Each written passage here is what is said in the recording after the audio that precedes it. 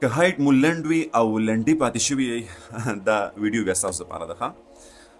اصل خبره داسې ده چې انسان الله څنګه پیدا کی، په کوم حالت کې وي، په کوم هیئت کې وي، دا انسان په دغه حالت کې ښکلی دی، الله ته خوښ دی. خو بیا هم لنډ قد اکثر موږ تاسو پریشانه کوي. چېرته ځو، چا سره میلاویږو، نو موږ داسې لږ کمی په ځان کې محسوسوو. په دې باندې ما مخکې ویډیو کړې وه، دنیا شي خلکو ته الحمدلله فایده رسېدلې ده. د لنډ قد دپاره خلک مختلف اکسرسایز ښیي، ورزشونه ښیي، بالکل صحیح دي، هغه هم کول پکار دي. دویم دا چې دا کوم ذکر درته زه ښایم نو دا هم تاسو وکئ، انشاءالله فایده به درته میلاویږي، ځکه د قرآن آیت دی که قد دې لوی نه شو د تلاوت کولو ثواب به الله جل شانه خامخا درکوي. خو بیا هم چې په مضبوطی عقیدې او ایمان سره دې وکړو، انشاءالله قد کې به دې فرق راځي. دا یاد وساته.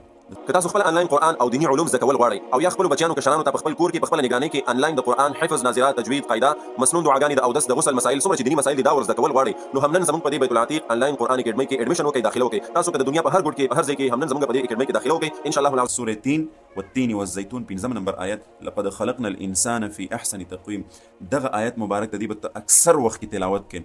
دویم عمل دا دی چې سحر او ماښام په نهره باندې به یو خاص قسم میوه چې ستا ډېره خوښوي، نیچرلی قدرتي فروټس کې او ستا خوښوي دغه به راوړي او په دې باندې به 140 کرتې دمه خپله مخکې وروسته 3 کرتې درود شریف او دغه میوه خوره، نو انشاءالله العظیم الله به دې قد په دې کې ډېره تبدیلي راولي. ورسره خپل ورزش، واک وغیره چې سم دي هغه هم کوه او دا هم کوه، نو انشاءالله چې ډېره فایده به درته وشي او قد به دې الله جل شانه په اوچتوالي باندې روان کړي.